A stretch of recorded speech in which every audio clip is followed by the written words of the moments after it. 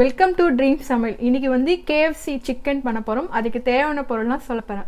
நான் வந்து 4 leg piece வச்சுருக்கேன். இது வந்து ஏற்கனவே வந்து சால்ட்டு போட்டு ஃப்ரிட்ஜில் 1 hour வச்சு எடுத்திருக்கேன் நான். அதுக்கப்புறம் நடுவில் கீத்தான் நான் கோடு போட்டிருக்கேன். அதுக்கப்புறம் இதுக்கு தேவையான பொருள்லாம் சொல்ல போகிறேன்.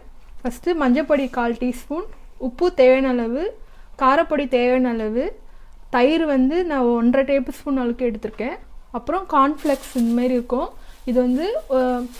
இது வந்து தூள் பண்ணி வச்சுக்கணும். அதுக்கப்புறமா வந்து மைதா மாவு, அதுக்கப்புறமா வந்து கார்ன்ஃப்ளவர் மாவு, எல்லோ கார்ன்ஃப்ளவர் மாவு நரன்னு இருக்கும். இது அதுக்கு நல்லா டேஸ்ட்டாக இருக்கும்.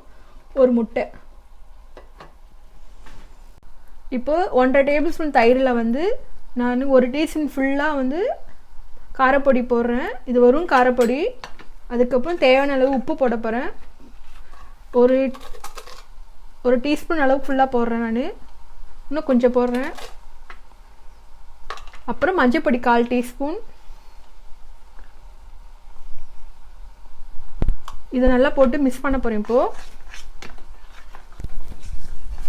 இப்போ இஞ்சி பூண்டு பேஸ்ட்டு 1 டீஸ்பூன் அளவு போட்டிருக்கேன். இது ஆப்ஷனல், வேணும்னா போட்டுக்கலாம். இப்போ ஏற்கனவே மிக்ஸ் பண்ணி வச்சுருக்கேன் இந்த மசாலா வந்து இந்த சிக்கன் கூட நம்ம மிக்ஸ் பண்ண போகிறோம்.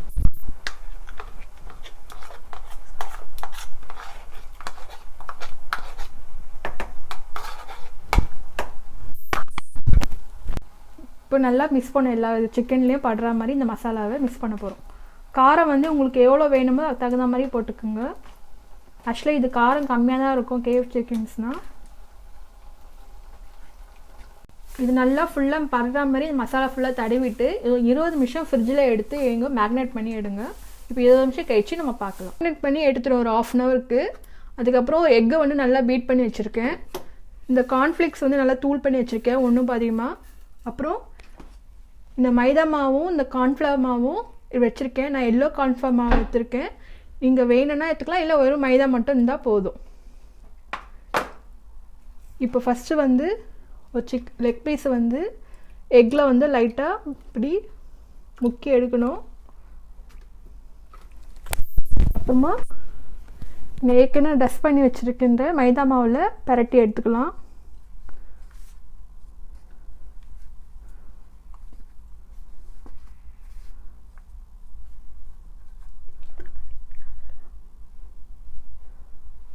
அப்புறமா திருப்பும் எக்கில் நல்லா இப்படி பரட்டி எடுத்துக்கோங்க.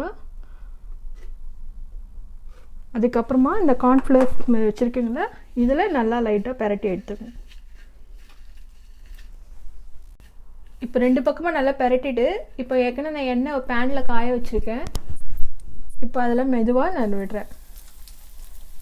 மீடியம் ஃப்ளேமில் வச்சு குக் பண்ணுங்க. அப்போ தான் உள்ளெல்லாம் நல்லா வேகும். இல்லைன்னா மேலே மட்டும் சவுந்துடும், அப்போ உள்ளே வேகாமல் இருக்கும். அதனால் மீடியம் ஃப்ளேமில் வச்சு குக் பண்ணுங்க. பாருங்க, இது மாதிரி ஒன்றா ஃப்ரை பண்ணி எடுத்துக்கோங்க. இப்போ 2 பக்கமும் நல்லா குக் ஆகிடுச்சு. இப்போ வந்து ஒரு பிளேட்டில் நான் வைக்கிறேன். உங்களுக்கு சுவையான KFC சிக்கன் ரெடி ஆகிடுச்சு.